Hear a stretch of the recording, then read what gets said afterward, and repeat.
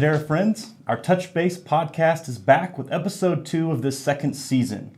Today, we're going to begin talking through the operational piece of the Human Resources Department. If you remember in our first season, we talked about values.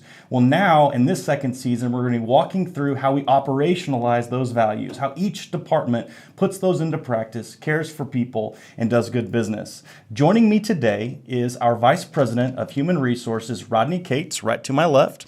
And then across the table from me is Maricela Chavez. She is our HR generalist. And as I joked about even earlier, we should probably call her Maricela, which is her real name. Her Texas name is Maricela. So that's kind of how we'll do that. I want to welcome you both. Thank you both for joining us. Thanks for being a part of this today. Give the people a little bit of background on who you guys are. Tell us a little bit about yourselves, how you got here, maybe a little bit about your families, things like that. Rodney, why don't you go ahead and go for it? Okay. Well, first, Josh, thanks for highlighting the HR department. Regarding myself, born and raised here in Lubbock, went to Lubbock Christian University, got my undergraduate degree there, and then went to Texas Tech University and got my master's there. My wife and I have grown children, a son and a daughter, and they both are married and have started their families and have some great spouses. And between the son and daughter, we have 5 grandkids. And so they ages are from 7 to 2 years old. So a lot of activity is, together. When we're together, there's a lot of activity. So it's fun to do that. My wife's a retired teacher. So regarding my HR career, I started off at Texas Instruments. Okay. And worked there for several years in the semiconductor division and consumer products and defense group. So went there for several years. Then I went to a large health system, did HR for that for several years, and then went to telecommunications, and that's where I met Dave Gillis, and so worked for him as his HR leader for a few years, and then had the opportunity to come back to work for him again, and so that's how I got here. And then, of course, Maricela and I worked together before at the health system, and so I recognized some good talent and got her to come over to Madera. I was going to say, tell us about your background. Get a little bit about yourself, but then maybe fill in some gaps there with how long you've known each other and those types of things. Okay, so I'm from Olton, Texas, small town, and I'm married. I will have 3 years in October, so that's next month coming up. Yep. And I do have a 12-year-old daughter, so actually became a new mom and a new wife. So she's my stepdaughter, but I do call her my daughter. Mm-hmm. We were living in Plainview, and then we just moved to Lubbock in July. So it's been a change new for especially my husband and daughter, since they haven't lived here before. So they're adjusting to the change, but we're glad to be here so we don't have to do that drive every morning and every day after work. So it's nice to be here. I worked at UMC Physicians for 14 years. There I started off as a receptionist, moved up to operations assistant, and then was promoted to the Human Resources Department, where I was doing all kinds of things, payroll, you name it, new hires, we were doing it all there. And so that is where I met Rodney. Rodney came in at UMC Physicians. We were looking for an HR director.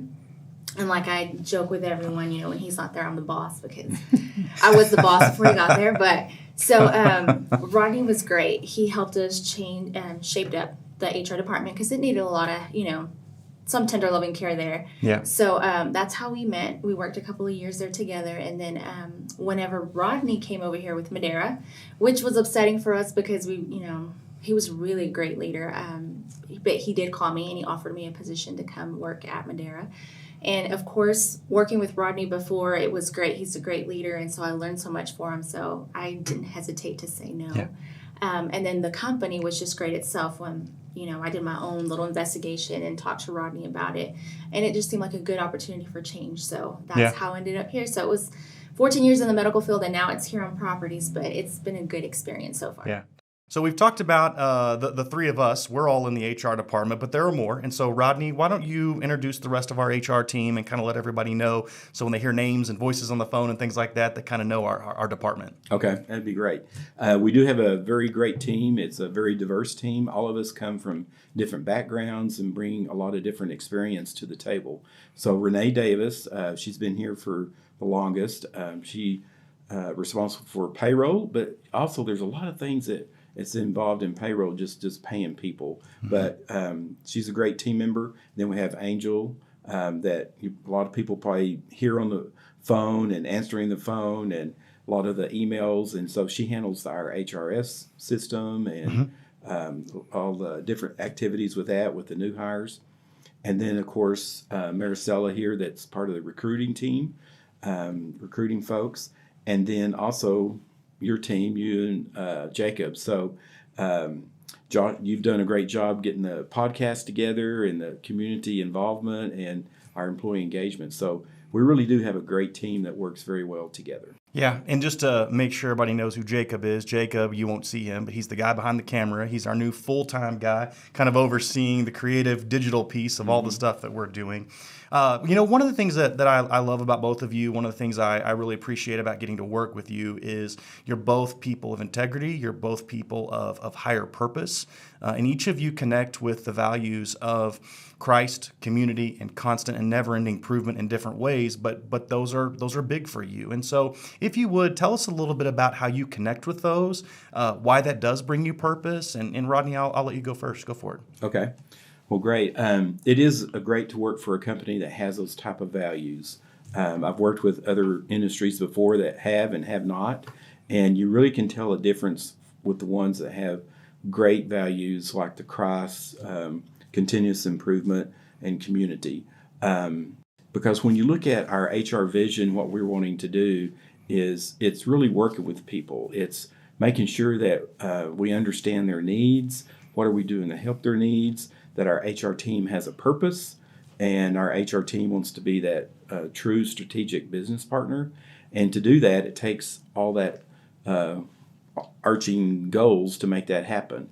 And I think it's just a great place to work. The thing is about myself, going to Lubbock Christian University and just the way I was raised, all this fits into how I'm a leader and the things that I want to do, doing the right thing to help people. Yeah. And one of the things I've really come to appreciate about you over the last several months and working for you is the way that you connect Christ with the servant-hearted leadership and how you serve as much as you do anything else. And so I appreciate working for you like that. Maricela, tell us a little bit about you. How do you connect with kind of just finding a higher purpose and the values of Christ, community, and constant improvement?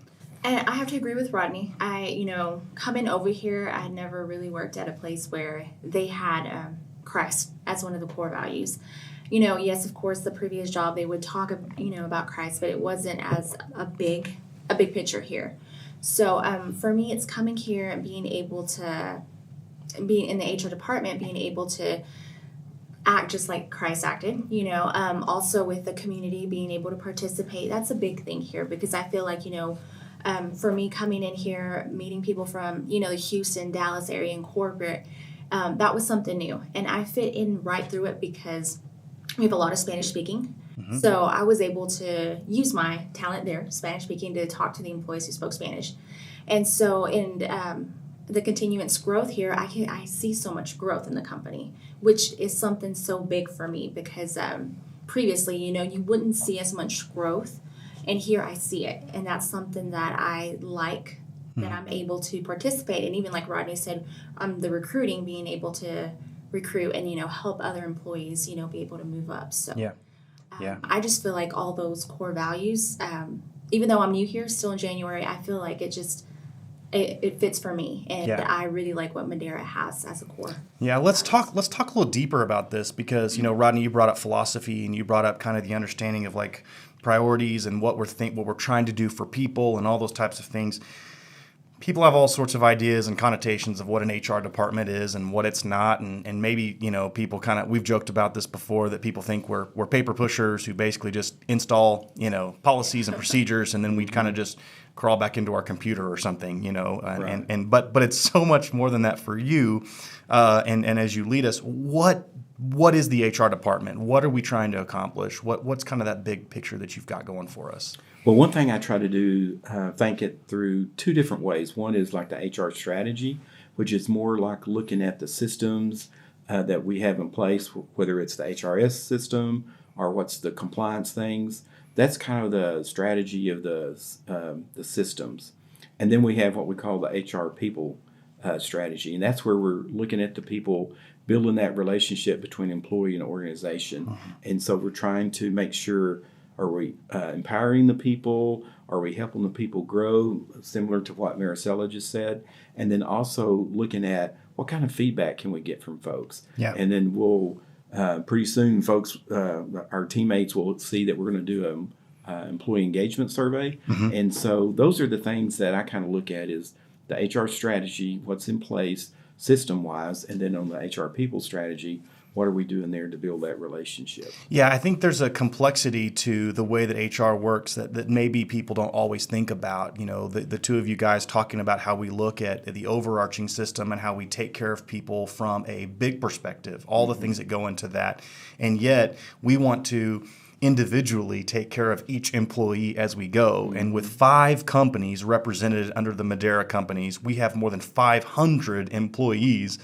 And so I love that there's this big picture thinking, but at the same time, we have this desire, and you guys have this desire to be empathetic to each and every employee as we engage them. Mm-hmm. When you think about the lessons that you've learned over the years about HR and working with people, whether it's systematic, those types of things, or even just on an individual level, what things have you guys learned about how to go about doing this job and be as best you can for others? Maricela, why don't you tackle that one first? It has taught me so much about caring about not only the staff here at corporate, but also at other properties as well. Communication is really big. And, of course, they can't just walk into the office, the employees from Houston or Dallas. They can't come in and say, can I sit and have a conversation with you? It's more having to be able to talk to them over the phone and communicate in a way that they understand, like you would just be talking to them face to face. Also doing like video, the Google video talk, doing that as well, being able to communicate. You have to be able to know, and it's for me, it was learning how to communicate that way because I was so used to like, oh, just come into my office, I'll help you out. And this has taught me within, January till now, it's all about communication is key. And it really is. And so I've learned how to communicate via video. And hopefully it's been good for all the employees, and then via telephone as well. And also the communication in Spanish. That's something that I've learned as well, how to communicate it so that way they can understand it the same way I would understand it if I was in their position. Yeah, and we'll talk about that a little bit further. I think that's a big piece of what Madera is trying to do when it comes to taking care of our Spanish-speaking friends, and then we've even got a company now dedicated to taking care of our Spanish-speaking friends in banking and with their finances with Viva First. Rodney, tell us about your experiences because I've thought about this a little bit, but like I really think you've probably forgotten more about HR than I even know. So what have you learned over the years about doing this job and seeing big picture, but then also caring for individuals? Well, looking at the big picture, I've done this a lot of different ways, but I'll go out and talk to leaders to see what's missing. What do they need to help them be a better leader and to run their property or department. And so what we've done is made a list of different things that we needed to implement. And so some of those things were the 401k program, the short-term disability program, the paid leave, sick hours, the voluntary time off program that people can use as a paid benefit. We changed the length of time to as a new hire where you can use your PTO. So that's just a short list of things, but I'm always listening to people to see what can we do to help them because we want to do things that are right to help them retain and keep that key talent. And then when you talk about individual level, Maricela hit on it, and I think you kind of hit a couple of points. But as an HR person, you want to have that listening ear and be empathetic and caring and compassionate. And because we know that when people come to work, there's things that they're struggling with at home. Yeah. And so sometimes they'll bring it, sometimes they won't, but we just want to be there the best we can to help them get through a tough day. Yeah, there's two things you said in that I want to highlight because I think they're super important. And I think the first of which is you're listening to people on the inside about their needs and their wants and how you can go about serving them in those ways. And if it's policies, procedures, or even just relationship. But then you also mentioned going to other leaders like outside, which I think is important so that we don't get like tunnel vision or kind of live in the bubble type thing. We get more information coming in from the outside, which I think is great because there's an education piece, a new perspective that kind of it educates us all. Mm-hmm. You mentioned several things about things we're implementing and things that we're trying to do. And Maricela, let's talk about this a little bit. So what have you learned and what are you doing and how can we kind of fill in the gaps with our Spanish-speaking friends within the company? I know specifically you take care of the corporate side of the bilingual piece of this, whether it's onboarding or whether it's in open enrollment and those types of benefits that we offer. For those who are listening with us right now, if you're wondering, yes, this is the same voice from the 401k. This is her, so what do you see as a need for us to be able to care for our Spanish-speaking friends, and what things are we doing to kind of help them? I've learned that we do have several Spanish-speaking employees, and that they do want to be involved in the Madera, and they want to understand benefits. The new hire, they want to understand the system itself. And one thing that I've noticed that I've done, when I'm talking to these employees is they really do want to be a part. They're part of a team, which they are. And so when they ask, I need information on benefits, it helps me to be able to give it to them in Spanish. And, just like we did the video, the benefits in Spanish, I felt like that is very helpful for new hires, even for current employees to look back. Yeah. That way they have that information and they can always look back at it and say, okay, here it's right here and it's in Spanish. The 401k, just like you mentioned, I felt like that was very helpful to a lot of them too, because a lot of them appreciated to have that 401k in Spanish. And so that was a good part on Madera that I really appreciated coming on here is getting involved with Spanish speaking. From my view, what I feel like, I can see myself doing in the future to help is the new hires. Of course, we have a few new hires that come on board and they're Spanish speaking. And I can always tell because when they respond back on their email, it'll have some, in Spanish. So then that's where I reply back in Spanish. So I'm looking at, I need to create probably like an email in Spanish and probably get with the manager and find out, okay, is this new hire a Spanish speaking? So that way I can send the information in Spanish. Because right when I reply in Spanish, they reply right back. Yeah. Or they start calling. And it's like they're comfortable. Like they're able to say, oh, okay, I can talk to you. So that's something that I see in the future is looking at, all new hires coming, onboarding, it's going to be in Spanish. And we've done it with TruePay. Where now the employees can go in there and switch it from English to Spanish. So that way it's easier for them to go through it and, be able to say, they don't have to stop and say, can you help me on this for a manager? Because sometimes a manager does get busy. Yeah. Yeah, and I think what's really important here, and I would just speak to, kind of those of us who are English speaking first and we're used to hearing everything in our own language.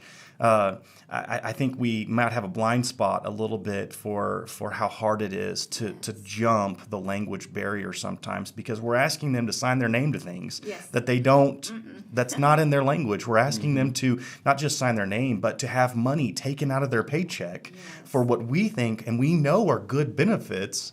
But we have not put it sometimes in the best of language for them to understand so that they know, no, we are doing something good for you. Yes. So I love that you're bringing an openness to it and that I love that, you, Rodney, have decided this is a key thing that HR needs to be to cross that cultural barrier and really take care of people. I'm going to give you one last question that I did not prep either one of you for, but it's an easy one. It's an easy one, I promise. Good. It's an easy one. And Maricela, I would even tell you if you wanted to respond in Spanish, or I will catch some of it. I'm sure Rodney and I will catch some of it, maybe not all of it. But what encouragement would you give our employees? Just any words of encouragement about their jobs, about the things that they're doing or going through or whatever. Just always like to leave on a good note here. So what encouragement would you give? Maricela, why don't you go first? That way, if we have to ask you, what did you say? We kind of know, but what encouragement would you give? Que sigan adelante, que somos un equipo, que todos nosotros estamos trabajando juntos, que queremos que se sientan a gustos, cómodos y que entiendan que aquí estamos nosotros para ayudarles. No quiero que se sientan que están solos. Madera, ellos creen siempre en sus empleados y los cuidan también. Y quiero que sepan que aquí estamos si necesitan algo o si nomás necesitan hablar. Nos pueden llamar a nosotros, a HR, porque somos el equipo que para ayudarles a los demás estamos aquí. So what did you say? Give us the bullet points there. I told them, to keep going forward and to remember, that HR is here for any of the questions that they have, and to remember that we are a team and that we're working together, not against each other, and that, if they need any help, to remember, we're the contact people, and that Madera, cares about the employees. Yeah. It's not singled out or anything. They really do care, and they want the best for each and every employee here. Yeah. Rodney, what do you think? Any encouragement? Oh, absolutely. I mean, what she said is right on target, but just to add something to it, when we talk about Madera companies, there's 5 companies. And so there's so many opportunities for employees to look at to say, hey, maybe I want to switch from one company to the other, but stay within the Madera companies. And so there's a lot of opportunities with that, especially since we're growing. And even though we have implemented some great things, the HR team, our HR team works very well together, but there's other things that we're going to work on and implement also to continue making sure that Madera is a great place to work and people really enjoy coming to work. Yeah. And they don't see it as a job. They just see it as, hey, I want to come. Yeah. I enjoy what's happening and where the partners are taking us, and I think it's just going to be great. Yeah, no, I want to tell you both, thank you so much for being on the podcast, for coming in and talking. I apologize a little bit for putting you on the spot there at the end, but I really do appreciate what you had to say, especially in Spanish, and then also talking through the different opportunities that people have. Madera friends, it has been great to have you guys. We thank you so much for joining us. I want to again thank Maricela, and Rodney, our fearless leader, for joining us as well. And we'll have another podcast for you guys next week. Thank you so much for joining us again, and have a good day.